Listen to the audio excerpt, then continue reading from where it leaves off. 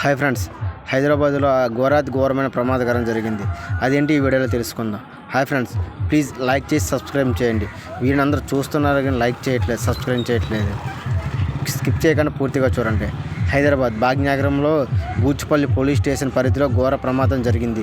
రేణుక ఎల్లమ్మ కాలనీలో నిర్మాణంలో ఉన్న కన్స్ట్రక్షన్ సెంటరింగ్ పని కార్మికులు షట్టర్పై రిటైలింగ్ కూలీ పడడంతో పెను ప్రమాదం సంభవించినట్లు తెలుస్తుంది. ఈ ఘటనలో పెద్ద సంఖ్యలో కార్మికులు మృతదేహాలు పడ్డారు. కుండపోత వర్షం పడడంతో ఒక్కసారి గోడ కూలింది. ఘటనకు సంబంధించిన సమాచారం అందుకున్న పోలీసులు జీహెచ్ఎంసీ, ఎన్డీఆర్ఎఫ్ సిబ్బందితో బీసీపీల సాయంతో 7 మృతదేహాలను వెతికి తీశారు. మృత్యువాదులు పడిన కార్మికులు ఒడిశా, ఛత్తీస్గఢ్ రాష్ట్రానికి చెందిన వారిగా గుర్తించారు.